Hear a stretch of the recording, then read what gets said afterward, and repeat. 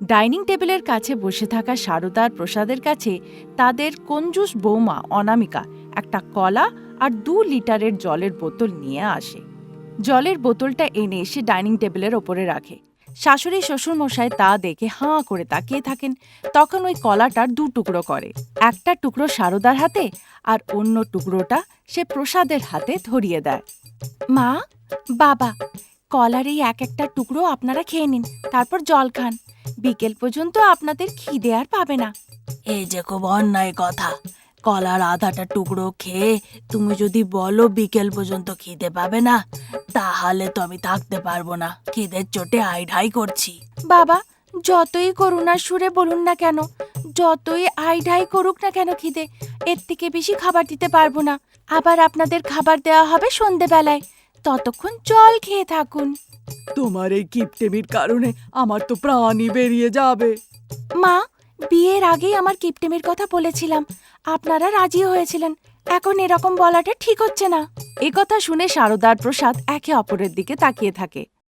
মা, বাবা, কলার ওই টুকরোটা খেয়ে জল খেয়ে নিন। অর্ধেক কলা খেয়ে এরকম কতদিন চলবে বৌমা? সারদার প্রশ্নের উত্তর না দিয়েই কঞ্জুস বৌমা অনামিকা সেখান থেকে চলে যায়। বৌমার চাল চলন দেখছো?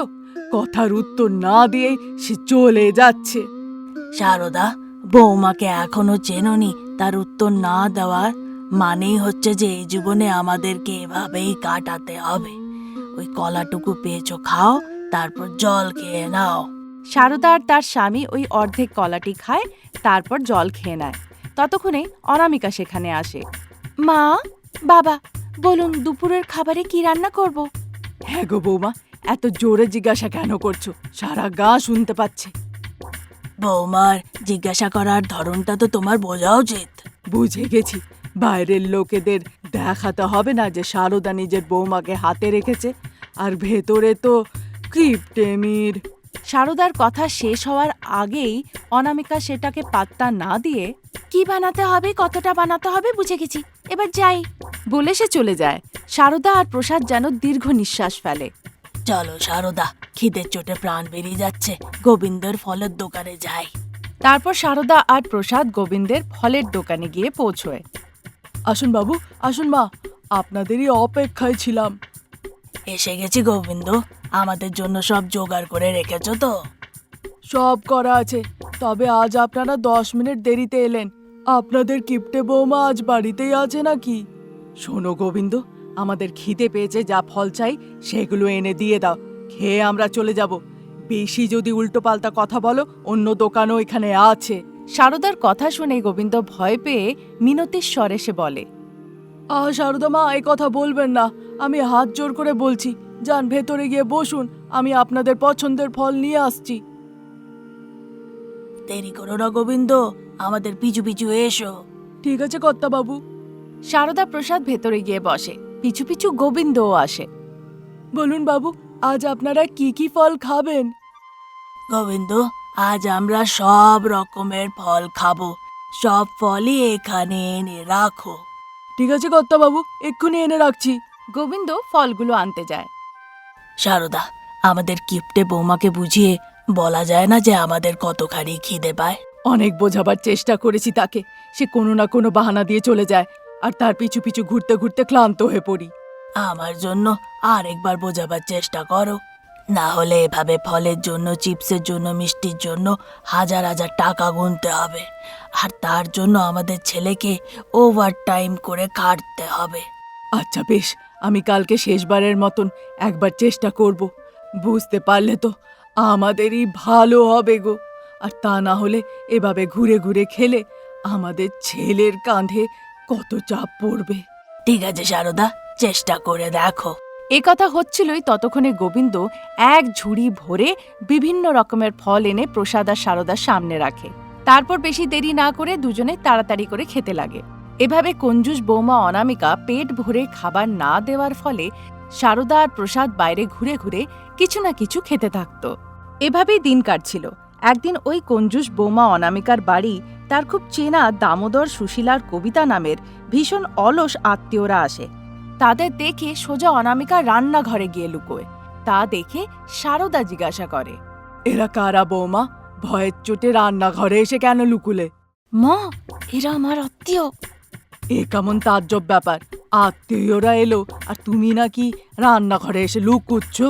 মা, ওরা এমন তেমন আত্মীয় নয়, ভীষণ অলস আত্মীয়। যতই কলিং বেল বাজাক বা দরজায় গিয়ে করা দেখ, আপনি কিন্তু দরজা মোটেও খুলবেন না, আর বাবাকেও এই কথাটা জানিয়ে দিন। অনামিকার এ কথা শুনে সারদা ভীষণ আনন্দিত হয় আর মনে মনে সে ভাবে, আচ্ছা, তো আমাদের কিপ্টে বৌমার ঘরে অলস আত্মীয়রা এসছে। এবার দেখি এই কঞ্জুস বৌমা কি করে। এ কথা ভাবছিলই যে প্রসাদ গিয়ে দরজাটা খুলে দেয়। বৌমার আত্মীয় শুনে তাদেরকে ভেতরেও ডেকে নেয়। এ দেখে আনন্দে সারদা সোফায় গিয়ে বসে। অনামিকার তো এবার কাঁদো কাঁদো অবস্থা। সে তখন ভাবে, যেমন আমি মা বাবাকে দিই আধা আধা ফলের টুকরো করে, তেমনি এদেরকেও দেব। খিদে সহ্য করতে না পেরে এরাও এখান থেকে পালাবে। অনামিকা এরকম ভাবে, কিন্তু দামোদর, সুশীলা আর কবিতা তিনজনেই অলস্যর ব্র্যান্ড অ্যাম্বাসেডর ছিল। এরা নিজেদের কাজ কখনো করতো না, কোনো না কোনো বাহানা দিয়ে সময় কাটিয়ে দিত। কিন্তু খাবার নামে ভীষণ পেটুক ছিল। অনামিকার বাড়িতে পা রাখতে না রাখতেই তাদের অলসতা শুরু হয়ে যায়। সকালে উঠেই কাজ করতে হবে এই ভয়ে তারা দুপুর অবধি শুধু ঘুমোতেই থাকতো। সুশীলা কাকি, তুমি তো রান্না করতে জানো। কি আর বলবো মা, কিছুদিন ধরে খুব কোমরে ব্যথা, বলে সে এড়িয়ে যায়। কবিতা, তুই তো অন্তত বাসনগুলো ধুয়ে দে। দিদি, আমার জল ছুলেই অ্যালার্জি হয়, বলে সে চলে যায়। কিন্তু অনামিকা কঞ্জুসিপনা করে যাই খাবার দিত তা খাওয়ার জন্য ওরা বাসন হাতে নিয়ে তৈরি থাকতো, খেত, তারপর গটগট করে জল খেয়ে নিত। অনামিকা, এই অর্ধেক অর্ধেক ফল খাওয়া পোষাচ্ছে না। যখন থেকে আমরা এসেছি তুমি আধা কলা দিচ্ছ, এটা কি ভালো হচ্ছে? হ্যাঁ অনামিকা, এরকম অর্ধেক ফল চাই না, ডাল ভাত দাও। হ্যাঁ দিদি, এরকম ফল খেয়ে হজম হয়ে যায়, ভালো করে ঘুমিয়ে আসে না।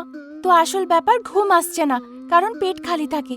এই কথাটা সোজাসুজি না বলে ঘুরিয়ে ঘুরিয়ে কেন বলছেন কাকা? চলো, অন্তত আমাদের কষ্টটা তো বুঝলে। এবার পেট ভরে ভাত ডাল খাওয়াও দেখি। ঠিক আছে কাকা। ওদের বাহানা শুনে অনামিকা তপ্ত হয়ে ওঠে। একদিন জলের মতন ডাল, গলা ভাত আর গোটা লঙ্কা দিয়ে পোড়া তরকারি তাদেরকে খেতে দেয়। ও মা, আজকে এরকম রান্না কেন? অনামিকা অসহায়ের স্বরে বলে, কি করব, ঘরে এত লোকজন, খাওয়াতে হলে চাল ডাল কোথা থেকে আনবো? আপাতত আপনারা পেট ভরুন, স্বাদের কথা ভাববেন না। অনামিকার কথা শুনে আলস আত্মীয়রা কোনো কথা না বলে চুপচাপ খাবার খেয়ে নেয়। সেই রাতে অনামিকার ঘুমিয়ে যাওয়ার পরে তারা সিদ্ধান্ত নেয় নিজেদের মধ্যে যে তারাই রান্না করবে। তাই তারা রান্নাঘরের কাছে গিয়ে হাজির হয়। কিন্তু রান্নাঘরে তালা ঝুলছিল। তিনজনেই হতাশ হয়ে পড়ে। এবার কি করব বাবা? আমিও জানি না মা, চল গিয়ে ফ্রিজে দেখি, হয়তো কিছু পাওয়া যাবে।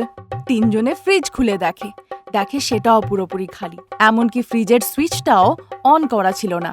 তারা বুঝতে পারে এই ফ্রিজটা কাজের নয়, শুধু দেখাবার জন্য। আগেই বলেছিলাম কিপ্টে অনামিকার বাড়িতে যেও না, কিন্তু তুমি আমার একটাও কথা শোনোনি। এবার দেখো না খেয়ে কি কষ্ট ভোগ করতে হচ্ছে। চলো চলে যাই। তিনজনের মধ্যে কথা হয়, তারপর গিয়ে শুয়ে পড়ে। 2 দিন কেটে যায়, কিন্তু কঞ্জুস বৌমার দেওয়া খাবারে খিদের কষ্ট সহ্য না করতে পেরে সেই অলস আত্মীয়রা কাউকে কিছু না বলেই পালিয়ে যায়।